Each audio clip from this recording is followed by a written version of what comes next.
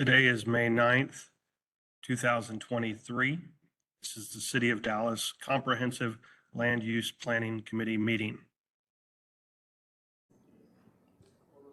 Okay, great. Good morning, everyone. It is Tuesday, May 9th at 8:37 a.m. This is the meeting of the Comprehensive Land Use Plan Committee. We have a quorum, and I call this meeting to order. Just so you know, we are tight on quorum today. So for those of you who are online, if you could be sure to stay on camera so we don't run afoul of any quorum issues, that would be much appreciated. Why don't we start this morning with a roll call? Mr. Price. Good morning. Brent Rubin. Here. Deborah Carpenter. Present. Jasmine Anderson. Jerry Hawkins. Here. Krista Nightingale. Linda McMahon. Lynette Aguilar. Here. Matt Houston. Present. Peter Goldstein. Here. Roy Lopez. Present. Nathaniel Barrett. Here. Good job. Jennifer Scripps. Welcome, Jennifer. Joe Cannon. Present. Colin Yarbrough. Present. Thank you very much. What's our number this morning, Mr. Price, just so I know for my own edification? We have 11. Perfect. All right, why don't we hop out of order real quick and take care of the meeting minutes from last meeting. Does anyone have a motion to approve the minutes? So moved. A second? Seconded. Great. We have a motion by Commissioner Carpenter, seconded by Mr. Yarborough. Any discussion? All in favor, say aye. Aye. Aye. Great. The motion carries. I think I saw that Mr. Houston is now online at 8:39. I think I saw one other person, but I'm having a little trouble on my screen. All right, I'll turn it over to Mr. Agu for the Forward Dallas Place Type Map Working Session number 3. All right, thank you all so much. Actually, before we get started, just wanted to give a few seconds to Ms. Jennifer Scripps, just to do a quick introduction and say hey to the rest of the panelists and those joining us online. If you wouldn't mind just saying a quick hello to everybody. Thank you. Good morning. I'm Jennifer Scripps, thrilled to be with you all. I am the president and CEO of Downtown Dallas, Inc. We're the public improvement district I always say in the highway loop. Have advanced our 360 plan in partnership with the city and so many other stakeholders. Dustin Bullard was previously in this group, and he moved on, and so Tony was kind enough to appoint me. Previous to this, I worked at the city for 6 years over the Office of Arts and Culture, and it feels very weird to be on this side of the horseshoe. I'll just put that out there. Thanks. Great. Thank you so much, and welcome to you, Ms. Scripps. Thank you so much. Appreciate it. All right, so today we're going to be, again, going through another workshop, place type workshop, and what we're doing, just for those who are joining us for the first time, we're going through a few of these place type descriptions and definitions, be able just to make sure that they make sense. So when we do apply them to the citywide aspect on the map and within the planning document, we have an agreement in terms of what they should be telling us these communities should be looking like. So last time we had a meeting, and we opened our agenda up.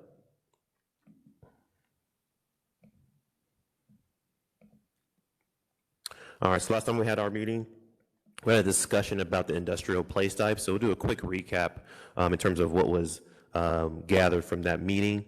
Talk about how our planning team and our consultant team is going to be refining those definitions. The focus for today is actually going to be the residential place types. So there are 4 residential place types, which we'll discuss, and then we'll touch on next steps. So I anticipate that the residential discussion will take multiple meetings. So this might just be part 1 of that discussion.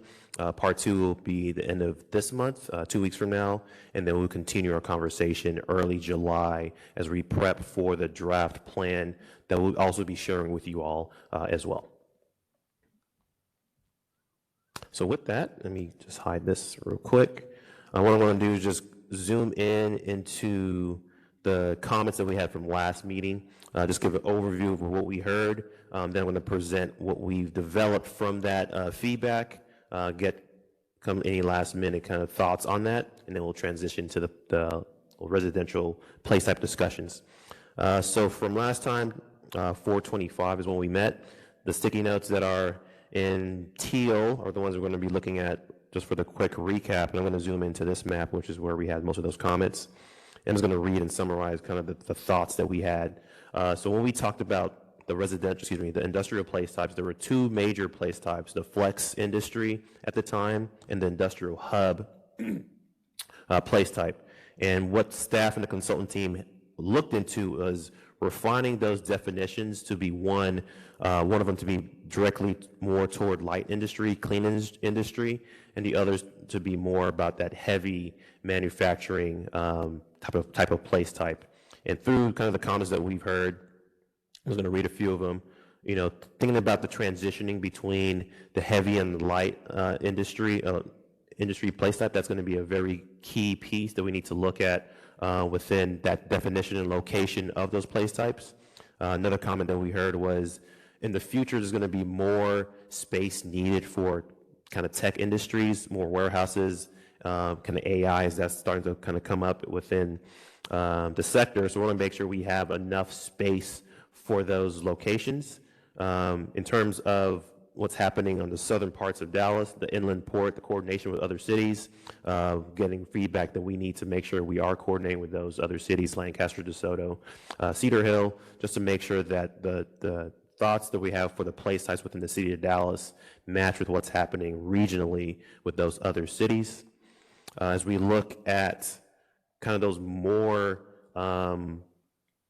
noxious types of uses, we have to acknowledge within our document, those blatant land uses, those incompatibilities, and identify those on our map in the language. So that's one thing we also heard from you all. We're going to zoom into more of the Singleton area, more to the design district area. I think what we heard too is when we're looking south of Singleton, the area that we have, again, this is very blurry, but the area that we have south of Singleton, that area is likely going to transform more into the more design district-y type of feel and less the industrial type of feel. So those are the other comments that we heard. And then lastly, I believe there was one other one I wanted to bring up. Actually, I think that summarizes it. So in terms of those comments, again, a lot of the conversation was actually through kind of verbal comments as well.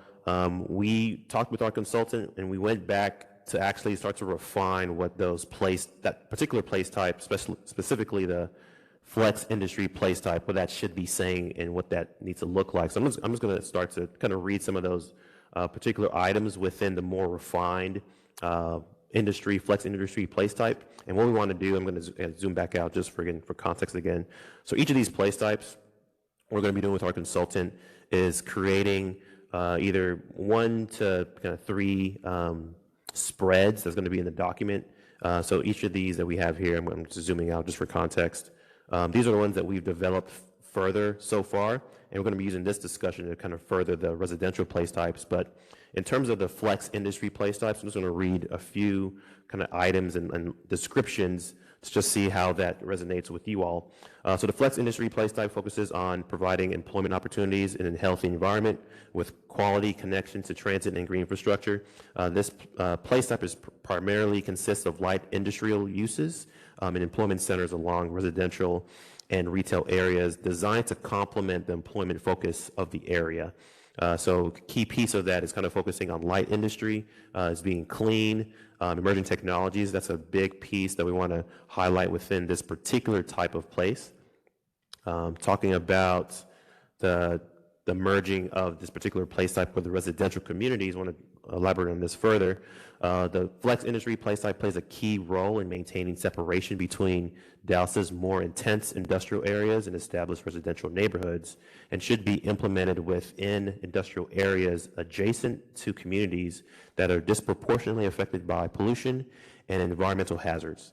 So that's kind of a key piece that we want to make sure that the transition language and where it's located, that we have this definition and description kind of highlight some of those key items that we mentioned. And I'm going to zoom into one other piece. the transition language too. So each of these place types are going to have language that talks about how they should be transitioning between certain land uses. So I'm going to read these two bullets and then kind of open up for questions. So location and treatment considerations are to be better accommodate and compatible adjacent land uses in the area. So 2 items. Locate commercial and smaller office uses within edge zones to promote a gradual transition away from legacy industrial uses into surrounding residential communities. So when we do have that light industry place type by residential community, I want to also have some language that talks about specifically how do we transition that industry from the residential community. And then secondly, consider implementation of eco-districts along edge zones to establish a transition between industrial areas and adjacent stable residential communities, and ensure environmental justice considerations are integrated into all aspects of planning and development. So again, I'm just quickly reading the kind of the high points in terms of the descriptions that we modified and tweaked. Wanted to just see from the panel any thoughts just on this industrial flex place type. Because that's going to be the one that's going to be in I guess, close proximity to residential. The industrial hub is going to be one that's going to be heavy in terms of the IM or industrial uses, and that one's going to be described and developed to be not close to residential community. So I want to take a quick pause and see if I have any questions just on that. I see Commissioner Carpenter's finger on the trigger, so I'll turn it over to her. No surprise there. Can you define what eco-district means? Is that a green space, a planted Right. buffer? I mean, where is it being imposed? Is it being imposed? If you're saying that this is going to be between an industrial district and a residential district, where's this eco-district edge zone coming from? No, that's a good question. That's actually a definition that our consultant kind of proposed to us. Is kind of a mix between, especially when we have a light industrial use within like the Trinity River, thinking about how do we use that building to kind of be more toward more of an ecological type of use. I think that's kind of refining what that actually looks like from a application standpoint. So I can kind of ask our consultant to kind of define that further. But the idea is when we do have light industrial uses by something that's more natural, trying to designate that as being something that's more ecological, so that the uses that are added there or removed there still kind of enhance that natural landscape that we have. So I can definitely ask our consultant to provide more specifics to that example. Thank you, because that's not clear to me at all. I'm still trying to imagine how, because a lot of these places along the Trinity River, whether it's District 6 or District 8 or what are the other districts, it's heavy industry right next to, they share boundary lines. There's residential and then there's heavy industry. So I'm really trying to wrap my mind around where this flex industry, how this is going to be carefully delineated as to what uses go there, because right now, from what I was hearing you say, it almost sounded as if, okay, we have the heavy incompatible industries, and then we have the flex industry, which could include something like, a distribution warehouse, considering that's a transition between heavy industry and residential. But I personally don't consider, a large logistics warehouse to be compatible with residential. So I'm having trouble with exactly what is going to go into this flex industrial place type. Right. And I think just to clarify too, I think the main use is light industrial. I think you just mentioned a few examples in terms of kind of light manufacturing. When they do abut against residential neighborhoods, I think then that kind of kicks in how that transition needs to happen. And I think that's kind of where we're looking at. So the core of this place type is light industrial uses. And then when it does come to where we do have those uses abutting residential communities, I think the idea is to make sure that in the future, whenever that gets redeveloped, that it doesn't develop into additional warehousing uses. It's more going to be more of that either mixed use or commercial that's transitioning away from that use. Yeah, I do agree that trying to work something like an eco-district or a transition by use is pretty challenging, almost impossible, because there's so many different types of things you could be doing. If we can set any kind of transition or eco-district, any attempt to buffer based on an objective performance standard talking about decibels or parts per million of some kind of emissions or noxious smell, something that's objective, measurable, because one concept may be some kind of outdoor processing with lots of dust. Some same kind of manufacturer or fabricator might be doing something completely indoor with dust collection systems that creates no noise at all. But they're doing the same use, it's just what kind of objective performance standards can we place on this in order to achieve the actual goals of minimizing negative externalities?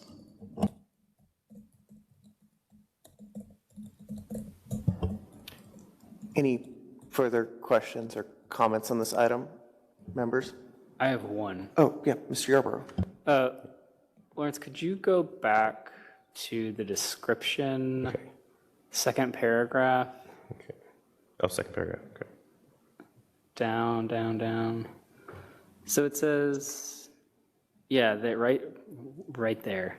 So it says multifamily housing within flex industry areas should be used to help provide a transition to surrounding single-family neighborhoods. Can you kind of describe what y'all envision that to be? Because what my first reaction, just as I first saw that as I was reading it, is multifamily housing will be the buffer. Yeah, I'm looking at that, to be honest. I think that is legacy language. I think when we had that previous industry flex where it kind of was like this all-encompassing, I appreciate that so I'm actually going to strike that out. Okay, thank you. I would like to reiterate that that concept has been used in the past very unsuccessfully, and what happens is it not only puts more people living next to incompatible industrial, it displaces and gentrifies the long-standing single-family neighborhood that was there. I mean, the hard truth is that industrial and residential don't need to be next to each other. Right. I think because of that, appreciate that, Colin. I'm actually going to look through the rest of these together just to make sure everything was captured. So let's actually just read all these. Buildings within the flex industry place type should be designed intentionally to accommodate a mix of uses with an increased emphasis on how buildings interact with the public right-of-way, fostering a pedestrian-friendly environment with quality landscaping, expanded sidewalks, and amenities such as benches, pedestrian scale lighting, and street trees. I think that should be kind of a language that goes back to the transition piece with the residential. So I'm just going to actually make some notes on this as we're talking.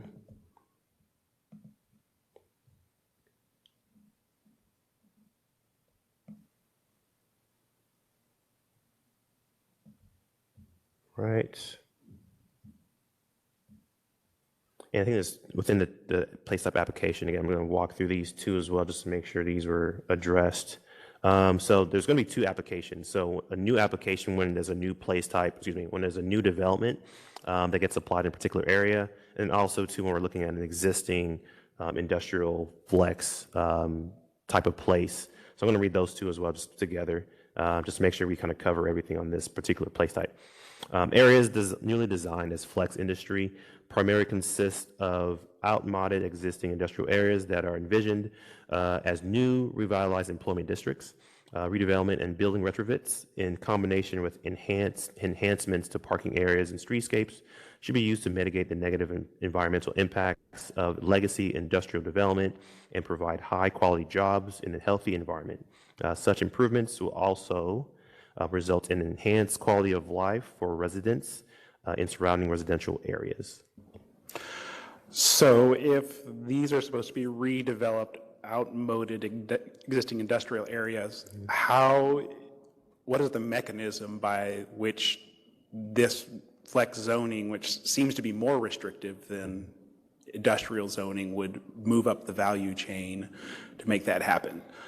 I'm not really understanding how restricting the zoning in the area would boost the area's values for industrial and job flex purposes. Now, if it's now harder to do those things other than perhaps putting more noxious uses further away, which really they're just next door or they're already there. Right. So maybe it's the language and maybe how it's stated. I think the high levels kind of make sure that uses that are here are kind of focused toward that more clean type of industry place and not the more noxious uses. Maybe just the way that this language is developed doesn't kind of allude to that. So what you said, what would be a suggestion in terms of how you would recommend? Yeah, and then again, I would go back to trying to minimize use language and more objective performance standards.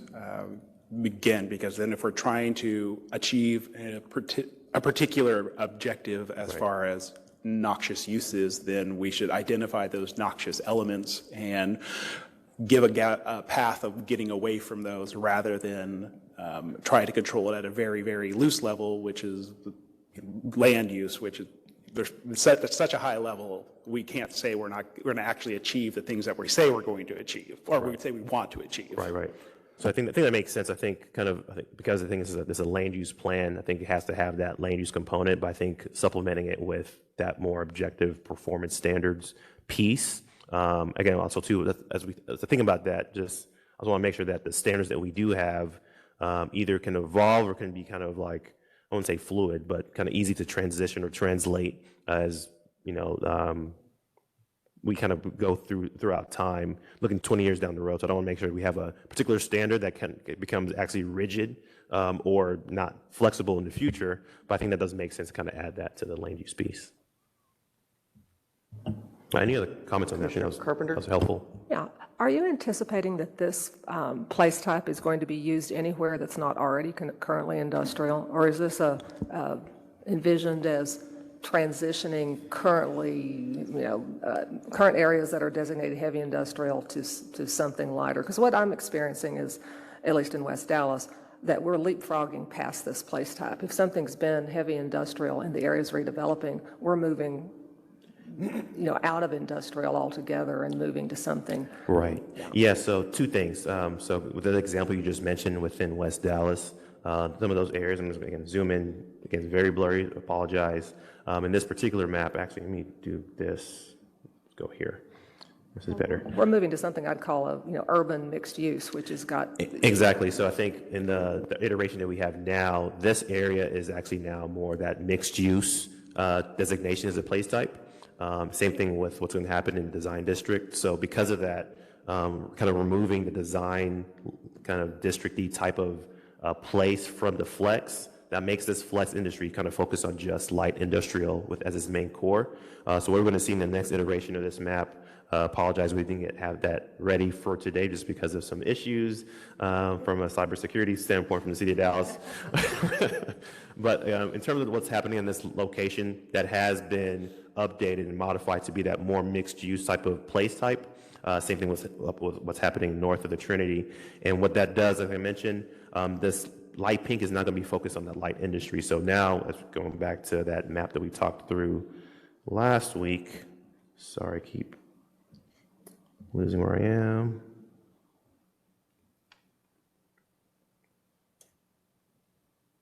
All right. So yeah, looking at the locations that we circled, both the industrial hub and the light industry hub, the ones that are, again, still heavy in terms of industry, those are going to remain kind of those 3 or 4 locations that we identified.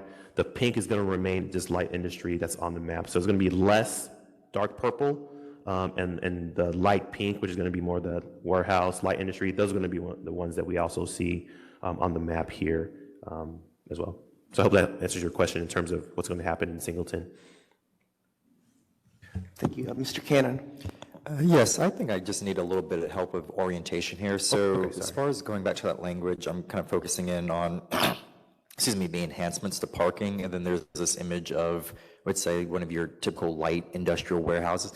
Can you, I guess, explain a little bit further what that vision or what you mean by enhancements to parking? Because I'm thinking what the standard is right now from, your right of way to the frontage of the building, that's pretty substantial amount of space for, driveway access and parking. So are we thinking what reductions to that? I'm just kind of need a little direction as to no what worries. that is. Let me go back to that page right there. Okay. And I guess maybe what's this confusing me just the next paragraph up that you were just reading. Oh, the new and existing? Yes. Okay. And then you've got this image of, I would say, one of your typical distribution centers, or,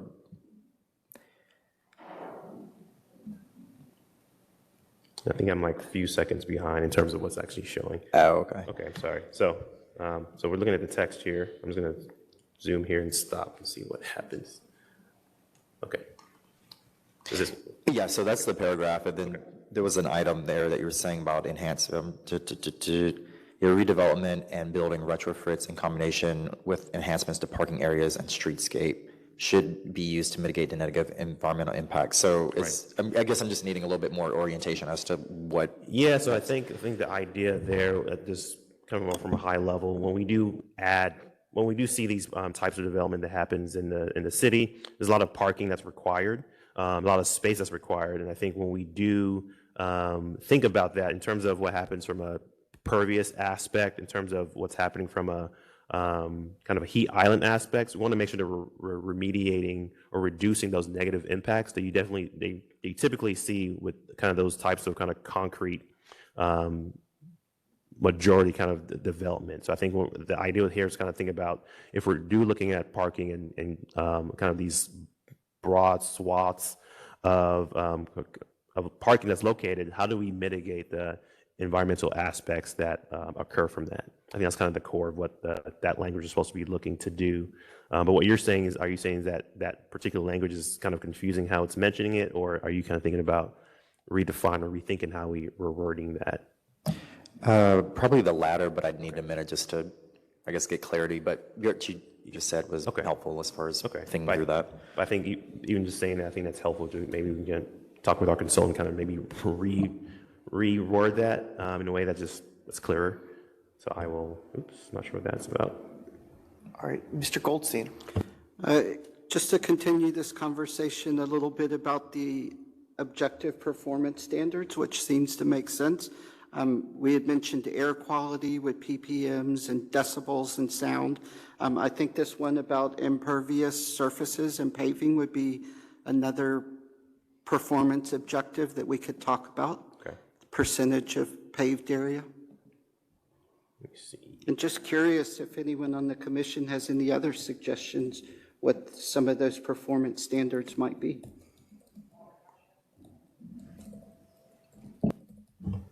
Sorry. Wouldn't another one be water capture off the roof and all of that? I mean, kind of ties to the pervious, impervious, but water recapture. Water recapture. And I do want to be careful with those kind of performance standards, that they have to be considered on a local and regional level, and we have to make sure that we are not talking out of creating competing objectives where we may require parking, but then also require water runoff retention policies, which are in direct opposition to one another. And further, for on-site stormwater detention, that stormwater in particular needs to be looked at a regional level as well, because if you end up encouraging things to be too far apart, you'll end up with more total water runoff from the additional transportation needed to meet on-site stormwater detention, and it creates a bigger problem than if they would just be careful with these standards to make sure they're not just local, but they're regional as well. Makes sense. Anyone online have any questions or comments? It's a little hard to see also. Just pipe up if you've got anything. Hey, Ruben, this is Andrea Gillis. Could I pop in for just a second? Absolutely. I just wanted to just make sure that the comments that we received, I think, are good from a performance measures standpoint and including some language in there, but we have to be very careful. And I want to reiterate, we're not doing zoning, we're doing land use. And we cannot establish standards or very specific or any kind of requirements through these place type descriptions. So they have to be generalized information, and any of those details and standards and requirements have to be left up to the zoning. So I just wanted to make sure that that expectation was laid out there.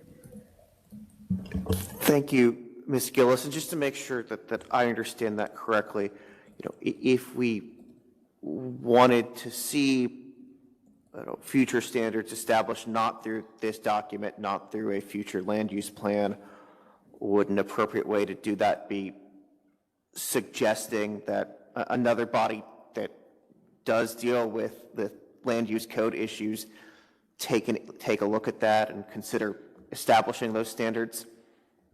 Yes, absolutely. So we could add that into sort of a recommendation in the action matrix, or the implementation matrix of this plan, that those are the type of standards that we would like to see incorporated into the applicable zoning.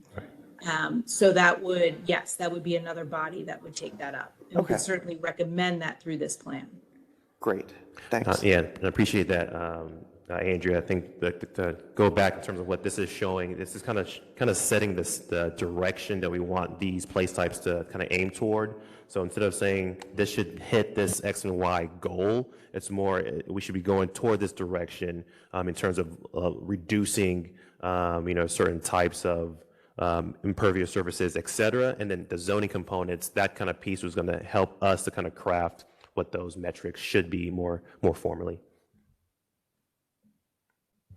Members, any other questions or comments on this item? All right, let's move on to the next one, if you're ready, Mr. Agu. No, awesome. Thank you so much. And just a time check, I think a few of our members might have to leave within the next 30 to 60 minutes. I'll try to kind of wrap up our conversation by 10. And this, again, it's going to be a part one of a multi-meeting conversation. So if we don't touch on your comments today, we can touch on those next 2 weeks. So the conversation I want to kind of pivot toward is going to be the residential place types.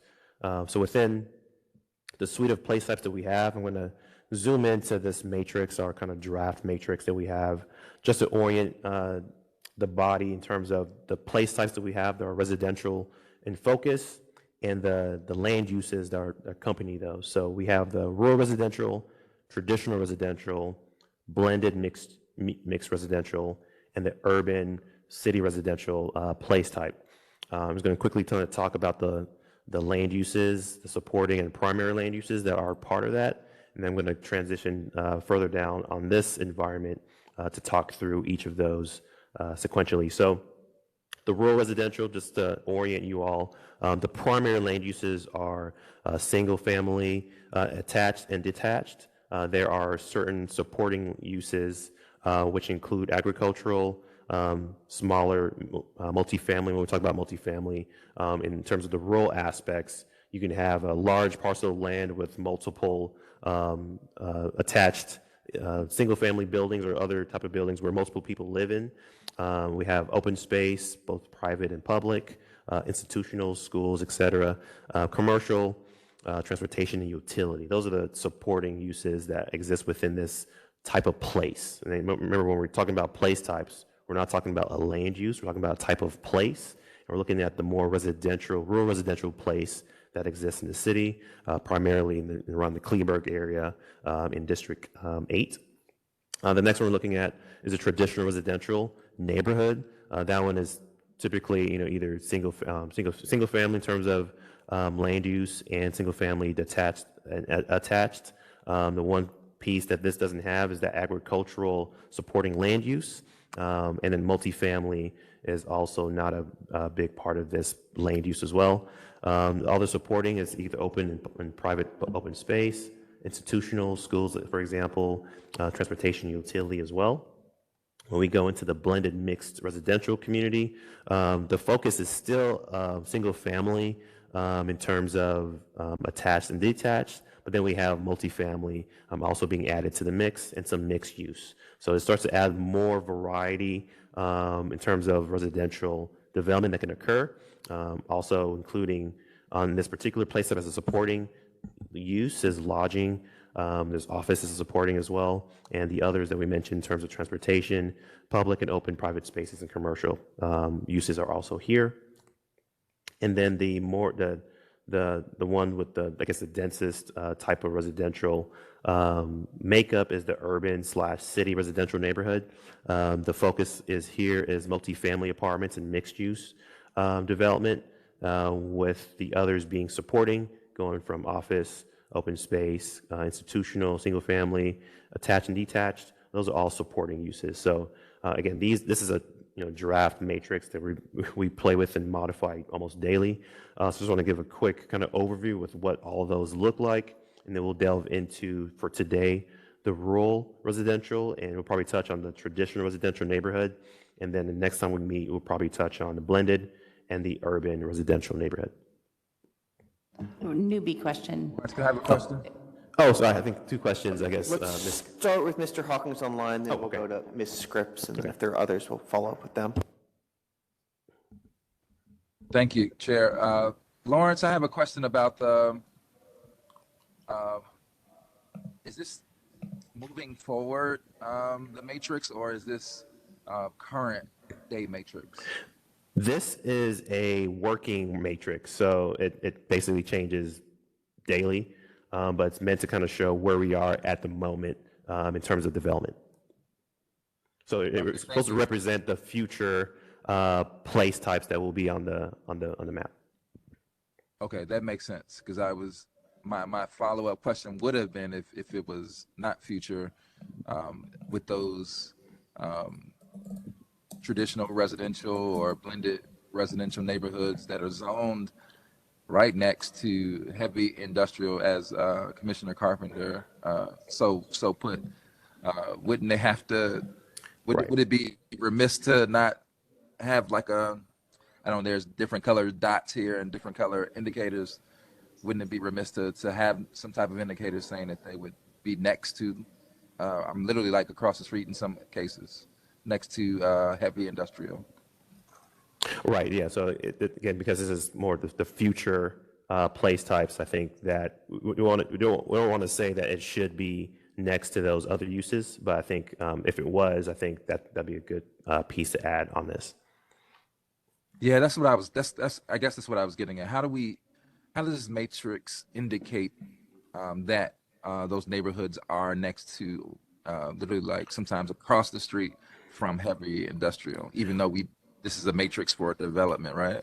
Right, so this matrix basically just shows the types of uses that are allowed allowed that are predominantly or primary within a particular place. Within the descriptions of each of those place types, similar to the ones we looked at with the flex industry, the description and the language is going to talk about what that needs to look like from a transition aspect. So this matrix in and of itself is not going to touch on that, but the descriptions in addition to this matrix and other subsequent materials, imagery, and also I think we're going to also have some models will also help to understand what that needs to look like from a future perspective. Thank you, Lawrence. So this matrix in and of itself is not going to answer that question. Is primarily going to show those types of uses that are allowed or should be allowed within that place. Ms. Scripps?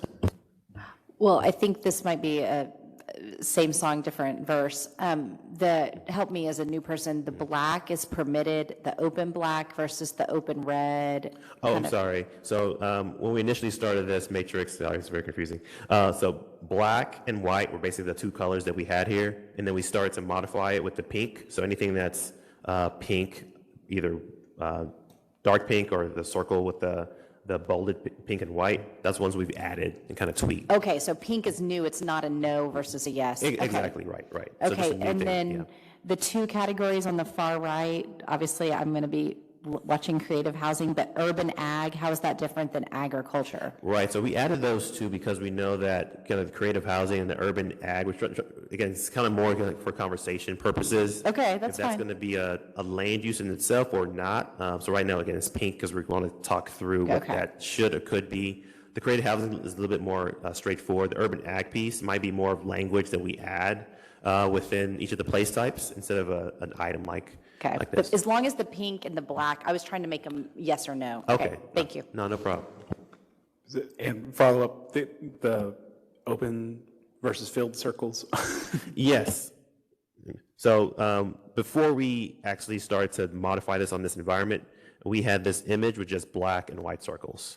And then we started to add and remove and tweak. And anything that we did in terms of modifications were done in pink, just to have us kind of see what's been added. So This pink is also showing that primary use, and this pink that's also as an outline, it's showing the same thing as the supporting use that we see here. So these are basically essentially the same, and these up here are essentially the same, but the pink just shows it's been a newer ad. Right, I get the pink part. So the filled circles are envisioned as the primary use in that district. Correct. The open. Correct, I'm sorry, yes. Filled is a secondary or support. Yes, that's correct. Commissioner Carpenter, did I see your light on? Yeah, what are the pink X's? Yeah, so when we were kind of working with that industrial flex land use, in the beginning it had all the land uses as part of this big bucket. We started to identify exactly like what should be in this particular place type and what shouldn't be. So I think we started to kind of remove from the flex industry, heavy shouldn't be there. Light should be predominant. So we just went to each column and started to kind of modify that. It just may be that this is, a draft, a working draft, and I freely admit that I am a left-brain text-oriented person, but this just does not communicate anything to me clearly. No, so I think I want to kind of quickly just orient you with just the residential place types. My part should just hitting everything else. And we'll talk on those specific ones when we kind of delve into the call out. So again, yes, so if I don't want to confuse anybody, close your eyes. We're going to move to the next area. I think we have some additional questions before you move on. Okay. Sorry. Mr. Cannon. Yes. This graph here has sprung a lot of conversation here. So unlike Ms. Scripps here, I do not know particularly what creative housing is, and how is that different than co-op or multifamily? Right. So in conversation with our consultant, where it comes to things like ADUs and other types of, you mentioned co-ops too. We're trying to see if it makes sense to define a specific land use that identifies that, because they've kind of seen in other municipalities that when they have identified it as a separate kind of land use category, it kind of helps it kind of be clearer in terms of how communities see that type of housing coming to their communities. But also too, within the city of Dallas, that can also be added within the single family or single family detached. So that's kind of more of an item for discussion. It can either go within there or be a separate piece. Again, that's more of a conversation we're having with our consultant right now to kind of figure out what's the best direction. But based on what you're saying, just kind of maybe before we kind of pivot, are you thinking that something like a creative housing land use should be kind of part of the existing land uses that we have, or what are your thoughts on that one? Yeah, that's where I'm leaning towards, because it's, we were saying that, a creative, I'm thinking what artist or someone that, exactly, okay, that they would probably find that might be more of a policy as to, if there's mixed use, multifamily or an ADU, as you're saying, that this may not, and anyone else here, please contribute, but I wouldn't think that necessarily needs its own land use, because then are we then cordoning off all the artists or the creatives into a certain sector of the city, which then, as a global city that we are, we would want our artists and our creatives to be inserted throughout the city in all fabrics of various land use types, not just segregated on their own. Yeah, I think as you mentioned that, I think what came to mind, and thanks for recalling kind of our conversation with a consultant, when we were talking about, flex industry place types, and that kind of combination or intertwining with single family or other types of residential types of development. I think when we kind of have that language where single family can coincide with industrial, I think that kind of mix also provides some clarity and certainty from communities not wanting to see that. So I think that was the idea behind adding a particular creative housing land use that kind of goes back to like the artisan and those other uses, without kind of either scaring or making the assumption that we're trying to mix those two together. So I think that's a great point to mention that, hey, do we need to just be very specific with how we're adding that creative language within our existing housing land uses, or just identify it can help with the community's reception of that concept? I have a couple of quick follow-up questions for you, Mr. Agu. Yeah, go ahead. So I see setting aside the creative housing for just a moment, I see three residential uses on this chart. There's multifamily, single family attached, and single-family detached. Is that right? Correct. So something like a duplex is currently not, does that fall under any, is that single-family attached, or is that something that falls outside of the category? So I think the two things. So that could either be within single-family attached, like a duplex, because you actually have a single-family kind of attached in the smaller units. Okay.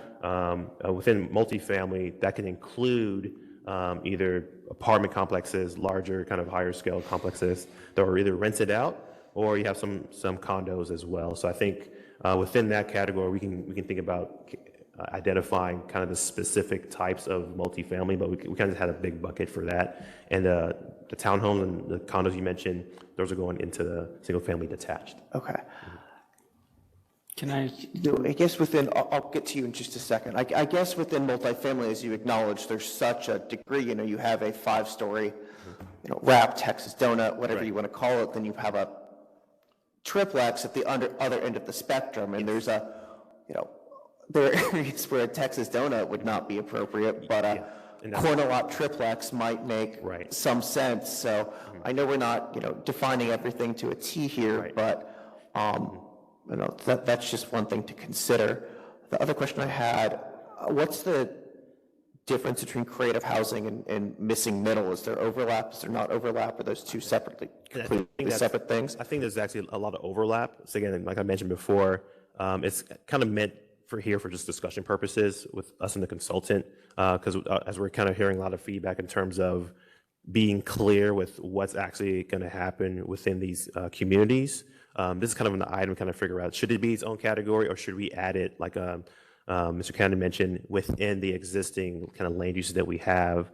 Going back to your other question too, with those kind of that variety of multifamily that you just mentioned, those are where the place types start to define what types of multifamily should occur. So from a land use perspective, it kind of, again, like I mentioned, like this matrix is one level of information.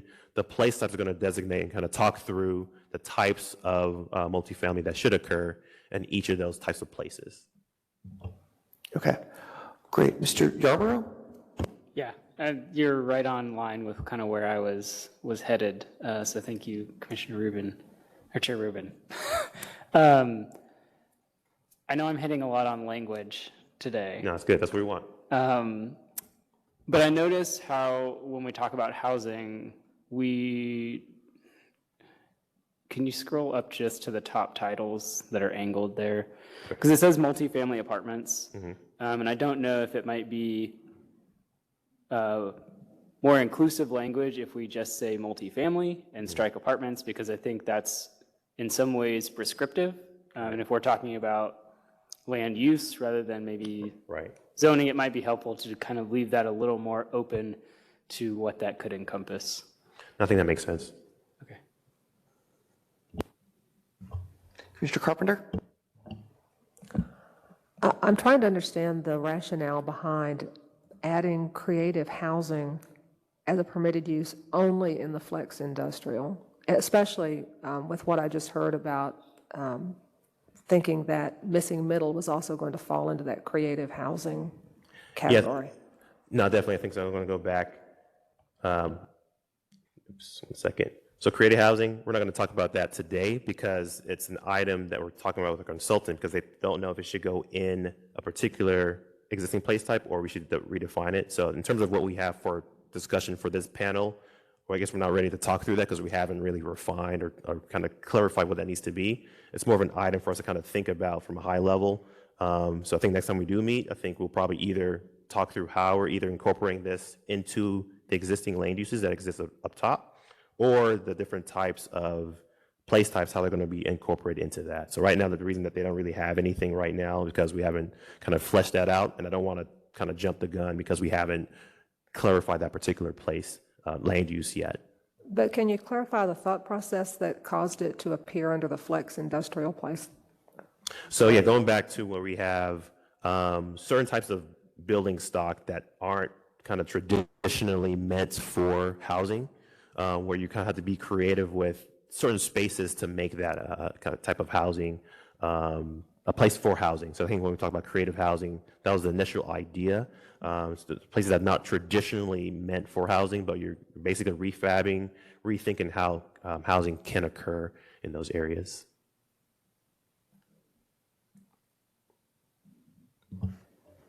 Anyone online before we move on?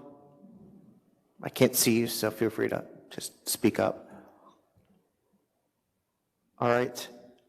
Mr. Gu, whenever you're ready. Run away from that matrix. All right. All right. So, no, but I think all the comments were kind of spot on, so I appreciate that. So what we want to talk about and talk through today, again, time check.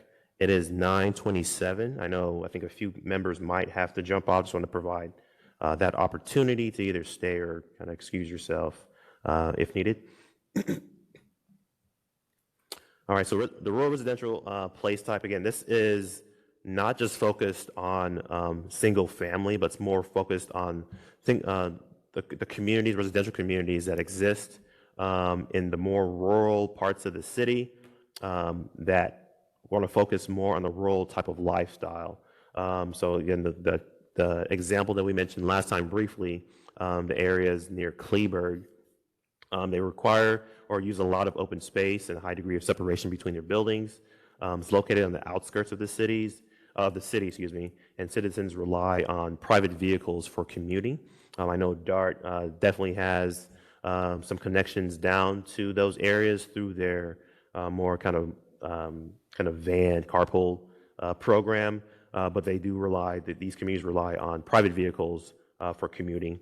Going back and kind of summarizing those land uses, agriculture, multifamily, private open space, private and public open space, public institutions, single family, detached and attached are the primary land uses here.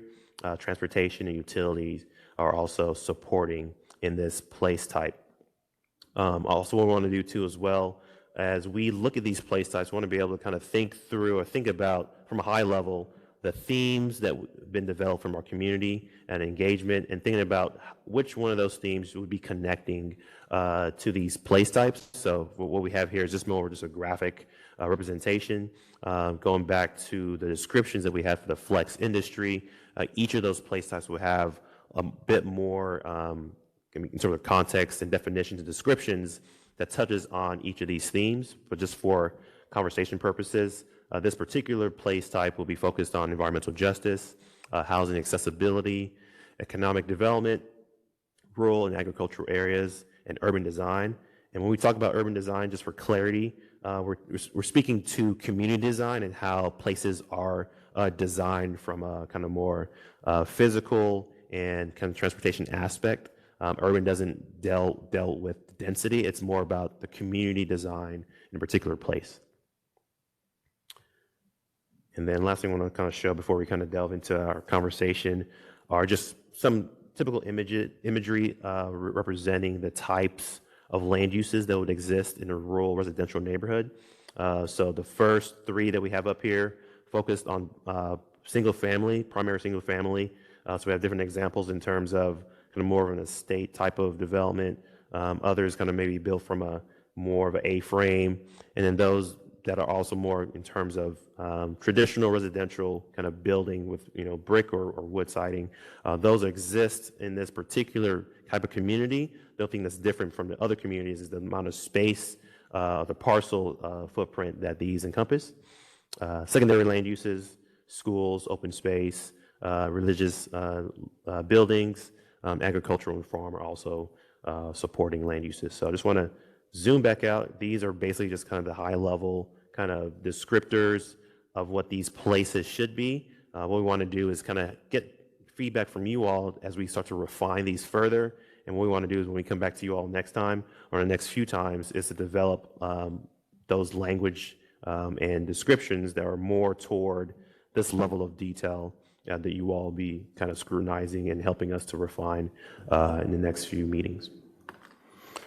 Yeah, I think I talked last time about the rural concept in one of the largest metro areas or cities in the nation. I I personally do not think that we should have a rural residential place type. Anything that we should be able to accomplish in Kleberg should be able to be accomplished through other means. I don't think there's a place for this place type in my view. Most of what we see down below is looks like more of a function of land values than any kind of planning objective that we would be setting at the comprehensive or zoning level. I appreciate that. Mr. Carpenter? I mean, if the place types are intended to be descriptive, then I think this place type exists. If we're looking at prescriptive, I understand what Mr. Barrett is saying. But my question is, does this place type exist anywhere in Dallas right now other than the Kleberg-Riley area? Right. So I think that's like this is a great conversation. So two things. So I think as we engage our community, these place types started as that kind of descriptive of what's on the ground and evolving to see, should this continue in the future in your community? So in terms of what's happening in Kleberg, those residents have mentioned to us that they would like to see that the type of existing place maintained, but also the additional piece that they'd like to see is more variety with housing.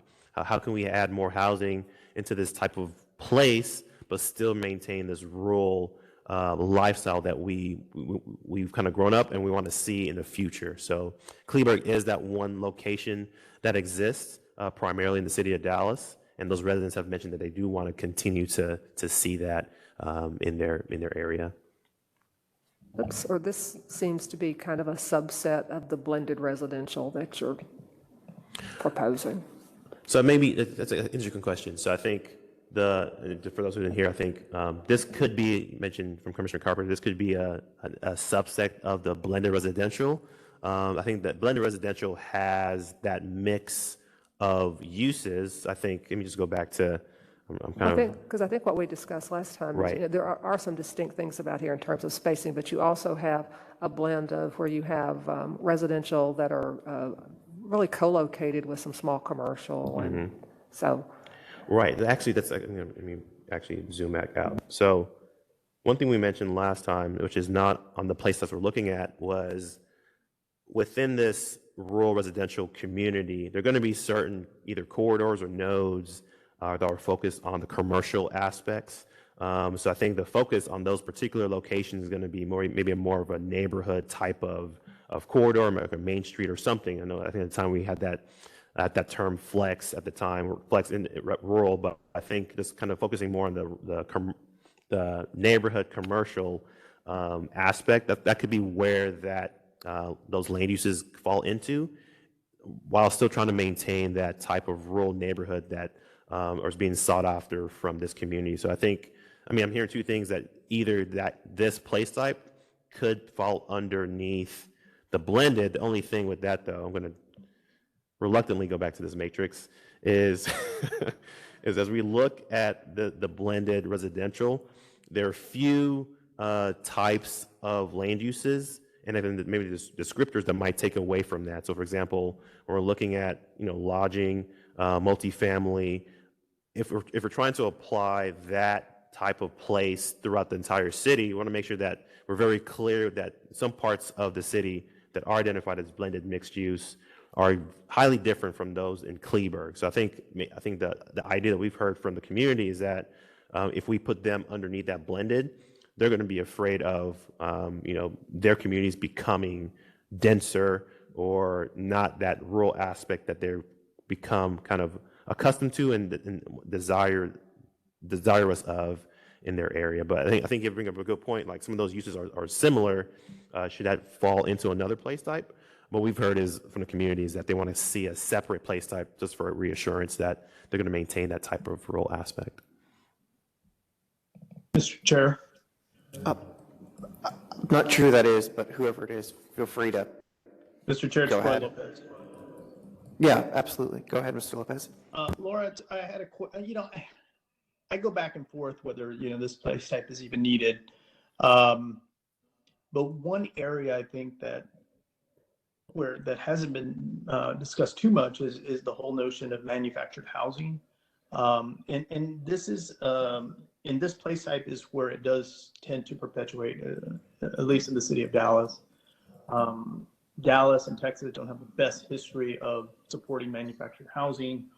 And when you talk about density, some of the most densest parts of Dallas are probably in these rural areas where you have blocks and rows of manufactured housing. So I can go back and forth on this. I do want it to be mentioned that manufactured housing is a component of this rural place type, and it's not mentioned anywhere in this document. So I think it's critically important that we mention it. We got to grandfather this.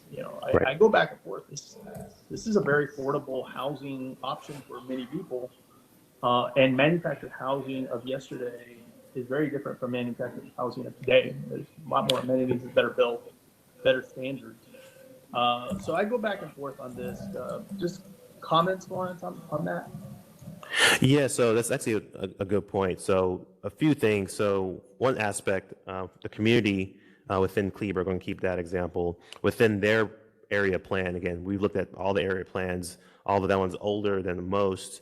Within that particular plan, they have mentioned that they would like to move away from manufactured type of housing to a more varied type of housing stock. And you mentioned too, like nowadays, we do have when we're talking about manufactured housing, we're thinking about also like tiny homes and other types of manufactured housing that doesn't look like that more traditional stock that we've seen from like the 90s. So I think there's two things the community has kind of mentioned to us. One, they want to go away from kind of that how do they mention it? That look of that old type of manufactured housing, but they still want kind of more density and to keep that rural aspect. So I think tiny homes, the new type of manufactured housing, that's going to be part of that language that we include in this particular place type, although we haven't really touched on it within these two slides. I think those two are definitely going to be items that we highlight. I'm curious from what you just mentioned, though, with this being a major component of what we see in the rural residential, how you think that should be either worded or kind of like identified, because I think you say you're going back and forth. I'm curious what's kind of keeping you on the fence with that. Well, I mean, from an affordable housing perspective, this is something that needs to be grandfathered, something that needs to be supported, because the development of manufactured housing has gotten so much better. But how do we regulate this? A lot of communities are going to 1 acre tracts. So the days of rows and rows of manufactured housing and creating that density in a very rural place type is probably over. But it is still an option, potentially putting manufactured housing on an acre lot. A lot of cities I don't see us creating any more manufactured housing trailer parks or the parks that existed in the 90s, like you mentioned. So I just don't see it. But to rule out manufactured housing entirely is, I think, a big mistake. No, that's helpful. I'm not sure. I think, Andrew, did you go on camera? I think you wanted to say something. Chair Rubin, do you mind if I jump in for just a second? I wanted to cover a couple of things. Is that Ms. Gillis? Yes. Yeah, this is Andrea Gillis. Sure. Just a couple of things on the place type in general. So I think from staff's perspective, when thinking about this place type, it isn't just about what the community wants and what the community has said. I think that this is also an opportunity to think about minimizing sprawl and the reality of certain areas of the city not yet having the infrastructure to handle the type of development that we see in other parts of the city, at least for the timeline and the lifeline of this Forward Dallas. So while it is prescriptive, we also have to remember that we're looking at 10, 15 years for the life of this plan. We can go further out, but I think that there's also an opportunity that, in 10 or 15 years, we look at an update for this, and there might be a different type of consideration for these parts of the city. But I think one of the ideas through the rural residential place type is to address some of the concerns that we've heard loud and clear from either the council office, the city plan commissioner who sees zoning case after zoning case in this area. And when it comes to residential, a lot of it is geared toward traditional sprawl without the context of, one, a large plan, but then two, without the infrastructure, either street infrastructure, water, sewer, to really help support this and build this into more of a place, pun intended. So I think that's part of this as well, whereas certainly there could be more development and maybe Dallas moves out of having a rural residential place type in 20 years.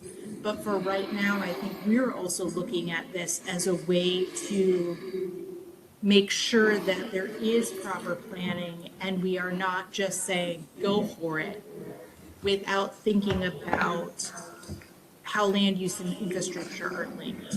And as far as for manufactured housing, I think we want to be very careful about emphasizing it in this area because of concentration and the concentration of one individual housing type over others in a specific area and parts of the city. But at the same time, I don't think this place type is saying that it's prohibited and that you couldn't do that. But I don't know how much we want to highlight that in the fact that there is already a lot of that here. And again, we want to make sure that there is a healthy mix in all different parts of the city. Thank you. No, thank you. Oh, Mr. Hawkins. This is Go Jerry ahead. Hawkins. Yeah, I heard that, Commissioner Carper asked that question about Kleberg being the only, is this the only example?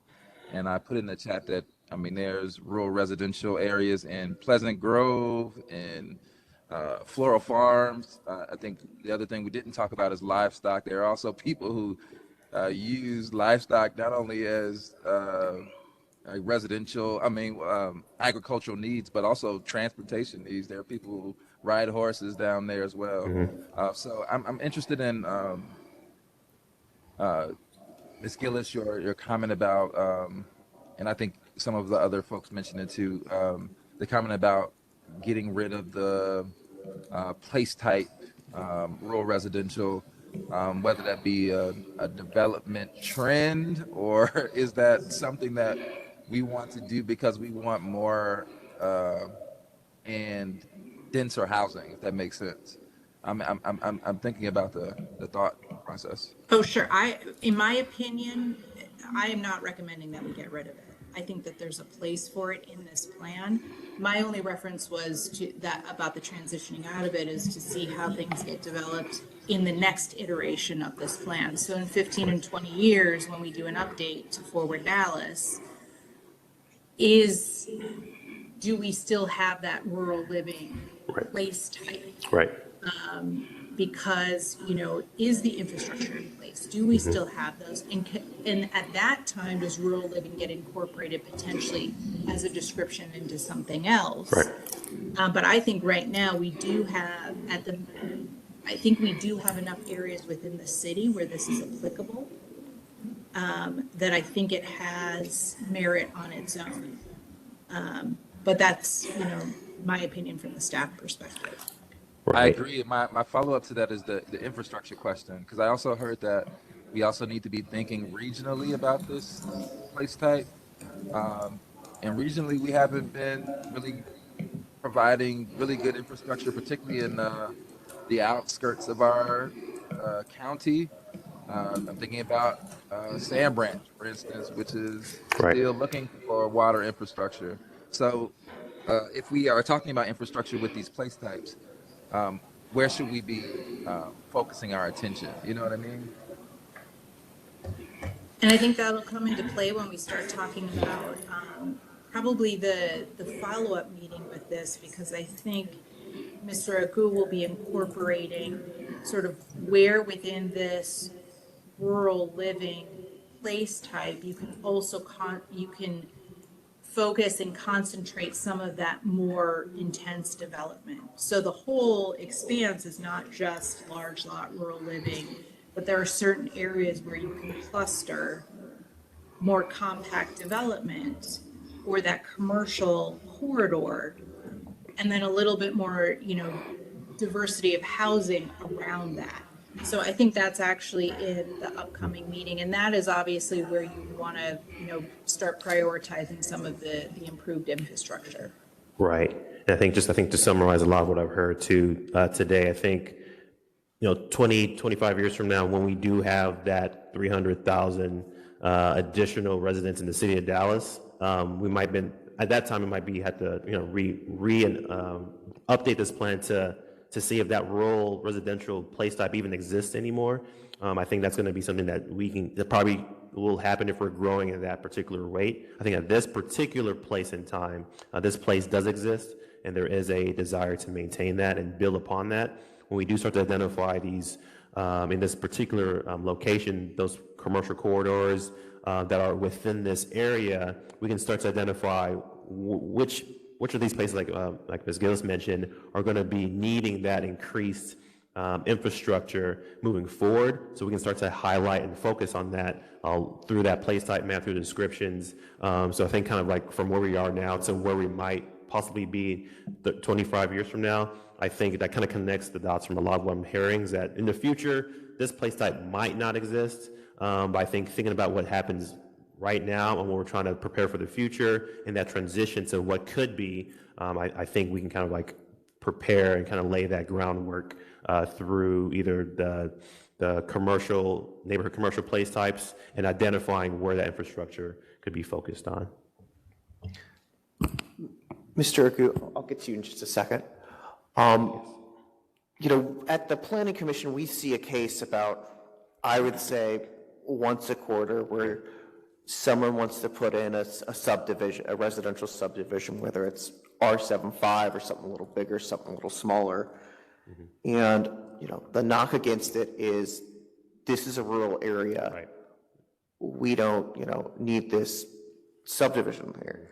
So I guess, from my perspective, it would be very helpful if there were, clear criteria on, what would qualify moving forward as rural residential, with the parenthetical, if anything, and I probably lean towards there being some rural residential, although, maybe not as widespread as some places in some parts of the city might like it. Right.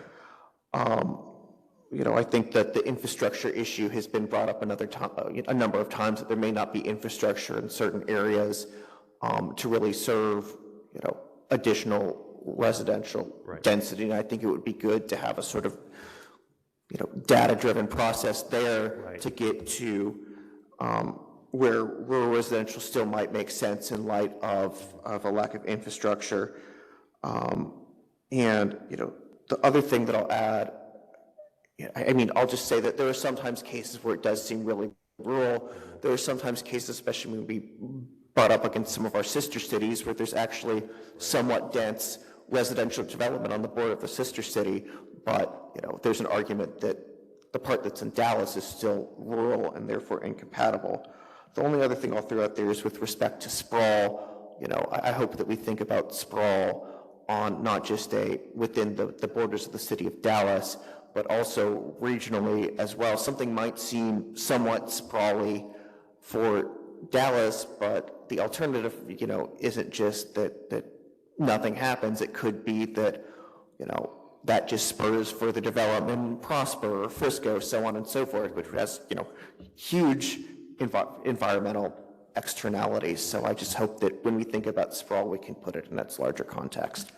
Those are my comments. One thing you remind me of is, I think as we look to what is going to happen for Dallas with the zoning update, or the code update, the current zoning classification, agriculture classifications is basically this placeholder that doesn't focus on agricultural or that particular type of place. So basically anything can actually happen there. So I think the next step would be kind of to redefine what that actually is, for it to be actual agricultural use instead of just this placeholder for development. So that's a good point. I think Mr. Goldstein was next, then Commissioner Carpenter. Yeah, Chair Rubin and Ms. Gillis, thank you so much for talking about this issue of sprawl. And while definitely no area of the city's exempt, that's an equity issue, right, from the type of densities and land uses that we're proposing.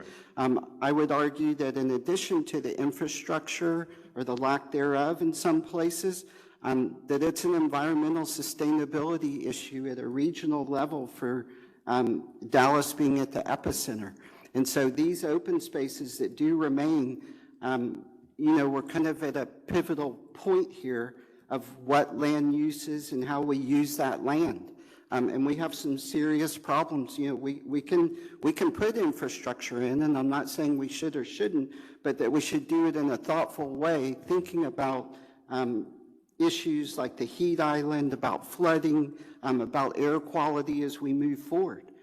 These are critical issues. And this is, a small part of how we can address these thoughtfully. And I would argue that it has to do with how we address density in the urban core. If we can effectively do that and use the land wisely, but knowing that these environmental issues are getting worse in Dallas, that we need to address them. Thank you. Thank you so much. Commissioner Carpenter. Yes, sort of following on, because some of the things I was going to say have been said in a slightly different way, but there was a municipal decision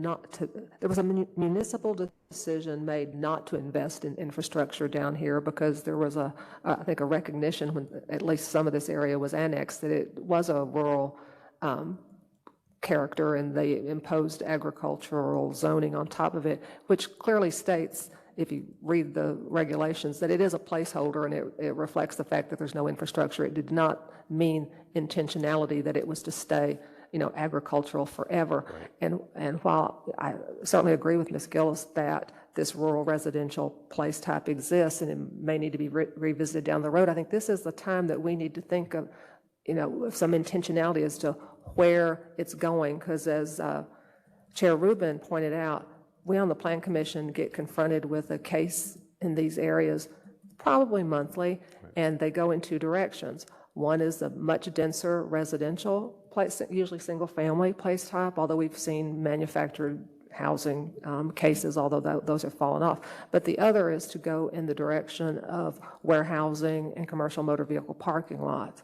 And we have to make these decisions in real time. There needs to be some discussion with the community. It's the same kind of discussions we have in West Dallas, that this is what we have, but we have an acknowledgement that things are changing. So, we can't stop change, but we can shape it somewhat. So, and from conversations that I've heard with some of these areas, they realize that things are changing, that they need to add, more housing, things like that. But I think this is the time when we need to think about that, not just acknowledge that there's rural residential and letting it go. So quick question. Because otherwise, we on the CPC are going to be shaping what happens here by the decisions that we make. And on that note, we are having those conversations. So that's partly where this is coming from. So we've met now in the Klebergs twice with community residents. So it's precisely what you were saying. It's not, we are trying to find, we're acknowledging that this place exists, but then also having those conversations that within these areas, where can that the less rural living type of development occur? Right. So where can that traditional neighborhood or the blended residential or even some mixed use, where can that occur? So those conversations are happening with the community. I think they acknowledge that. It's just a matter of this area has not been planned. So we're using Forward Dallas, or there's been some planning, but it hasn't been updated. So we've been using Forward Dallas to have those conversations, and that's precisely what we're talking about, is where do we direct that type of development that you see coming through the planning commission? And then where do we still find some of that space for that rural living? So I think we are working on that balance. No, I appreciate that. And I think we also need to determine what the municipal priorities are. You know, do we value residential more, more residential, denser residential, or do we value the warehousing, trucking types of businesses? I had one actually question. I'm not sure if she's available. Ms. Aguilar, kind of relate to that infrastructure question. I think, is there anything that we're not thinking about from a land use perspective with these place types that you think from your kind of knowledge with AT&T that we need to be thinking about too as well? Again, I'm not sure if she's actually online to think through that, but that was a question I had. It doesn't look like she is, but it's okay. So I think I had one other question I think Ms. Gillis answered for the group.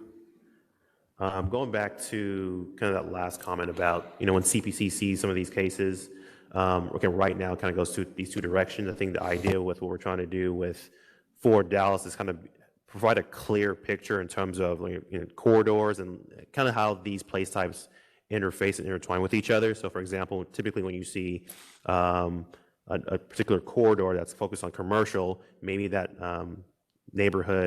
rural neighborhood that's adjacent to that could develop in the future to something that's denser or kind of could focus more into that more denser residential development. Or if we're going back to the other direction with the warehouse commercial, I think that commercial kind of designation on the map will help us identify where that should go specifically instead of just having that kind of broad swath of just anywhere within this particular community. So that's what we want to do too when we kind of go into those other place types, specifically the neighborhood commercial mixed-use place type and how that interfaces with this rural residential place type. But I think all those aspects in terms of infrastructure, where that needs to go, I think that's going to be something that we unpack further as we kind of go into the neighborhood commercial place types and how that interfaces on the map with this particular place type. Can I stop you there? We've been going about an hour and a half. Why don't we take a break of about 10 minutes? Yes, so it's 2 till 10, so we can take a break in 2 minutes.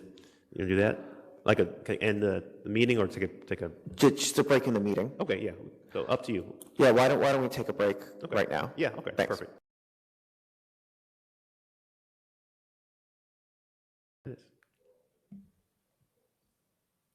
And Ms. Aguilar?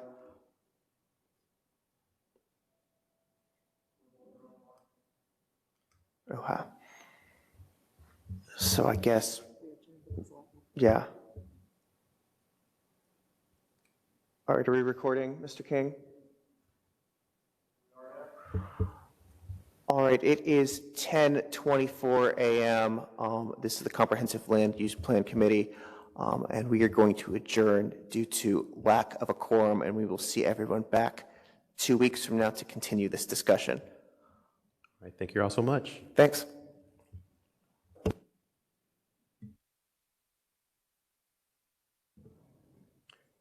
All right, thank you, Mr. Hawkins. We'll see you next week or 2 weeks. All right, thank you.